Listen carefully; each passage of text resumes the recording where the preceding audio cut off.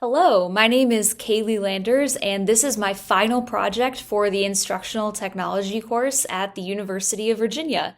I made a video lesson using Camtasia and Edpuzzle to help students work through the process of writing a theme paragraph. The goals for creating this video lesson are to be the first of many different educational resources that I can use for students who are chronically absent and for diverse learners. I'm going to use these resources for remediation, for students who need more help understanding a concept, to add student choice in the classroom so that students can choose traditional tools or online tools, and for students to catch up on missed class time. An online video lesson allows for simultaneous participation. What this is replacing when we normally teach theme paragraph and theme writing, every student is writing their own text, but those scaffolding questions of the writing process are in a class discussion. This allows for students to have short answer questions, multiple choice questions that they all engage with simultaneously. And most importantly, this allows for students to take their learning at their own pace. Not only is it completely self-initiated to engage with the video and answer the questions, but they can slow down if they need more time to think, and they can speed ahead if the concept is coming naturally to them. So if we look at this through the SAMR framework, we can see that this video lesson does more than just substitute for instructional strategy that it's replacing. It doesn't even just add functional improvement, it completely allows for significant task redesign. Students can answer multiple choice and short answer.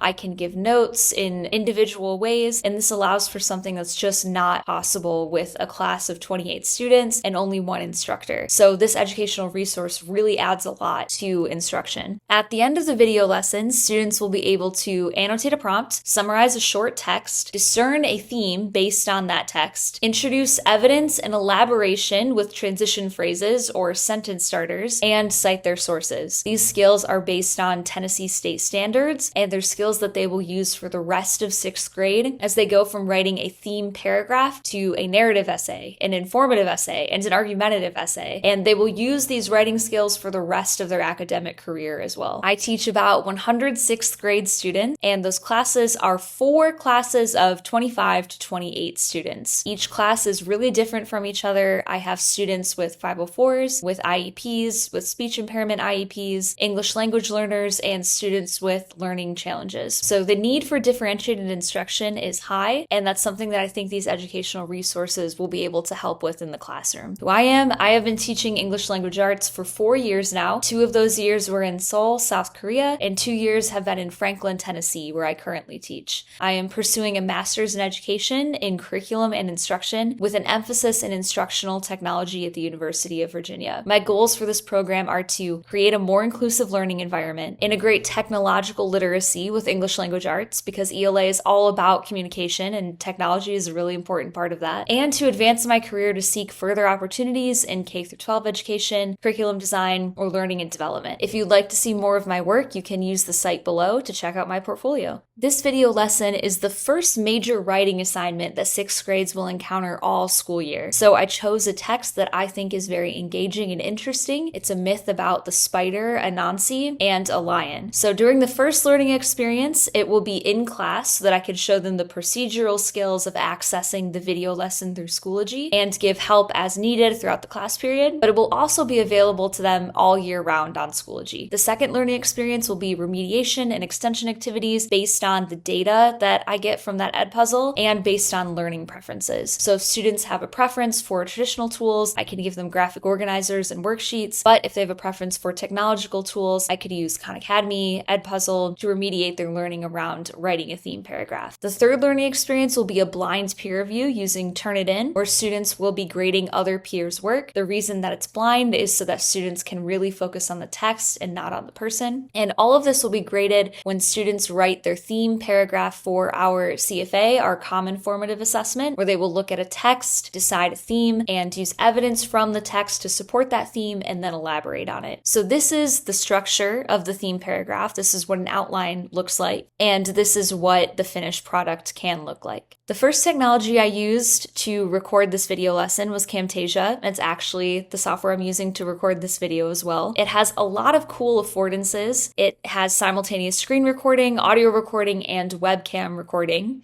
which is how I can create a video like this. It's convenient and user-friendly. Camtasia has a vast library of assets that you can use in audio, video, and graphics. A couple of the Camtasia challenges that I saw is that the price is pretty prohibitive for most educators. Many features are only available through Camtasia Audiate or Camtasia Create, so that can be a frustrating user experience to want to use a feature that looks like it's available, but then it's locked behind a paywall. I also used Edpuzzle. Edpuzzle, my school district actually pays for, and it's super convenient and user-friendly. It's compatible with YouTube videos, it's compatible with Schoology.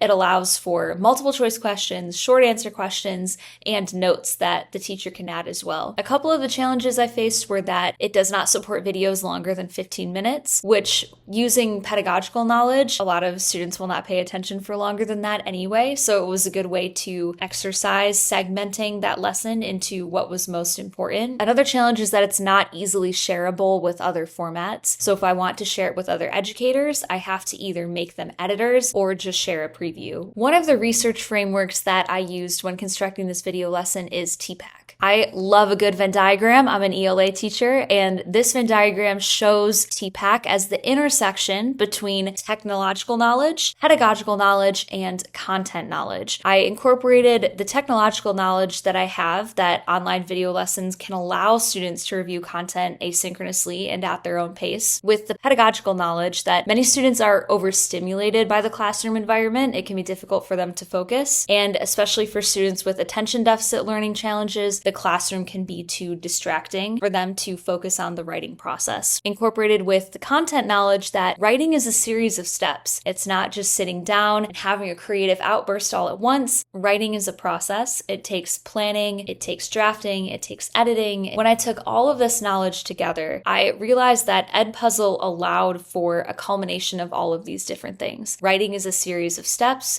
so I used Edpuzzle to break down the writing process in a series of multiple choice and short answer steps before the final product of the paragraph. I used the technological knowledge that students can use video lessons asynchronously at their own pace with the pedagogical knowledge that students are overstimulated by the classroom. Another framework that I used when designing the video lesson is the universal design for learning. There are three main areas of this: engagement, representation, and action and expression. Another way to think about this is the input of learning, the process of learning, and the product of learning. Students should have choice for all of these. They should have choice for the ways that they take in information, if they prefer online tools or traditional tools or a mix of both. They should have choice for process. How do they take that information and write something based on it in a short series of segmented steps scaffolded by an Edpuzzle or using a graphic organizer on paper? And they should have choice for the product. Do they express their writing on paper or do they express it online with a Padlet, with a Google Doc? There are lots of different ways that students can show their knowledge. I have a couple steps planned for the evaluation of this tool.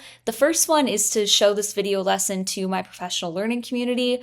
I shared this lesson with other English language arts teachers and gave them a rubric of feedback to give, and I'm still waiting on that feedback. And then I will incorporate that feedback into the lesson. And then in the first week of the year, I will have a one-on-one student review. I will ask the student to go through the video lesson and then answer some questions in student-friendly language about how they interacted with it and if they found it engaging or not. And then I will incorporate their feedback, and then I will run a field test with an entire class. And then I will incorporate their feedback before I implement this video lesson as a scaffolding process for learning how to write a theme paragraph.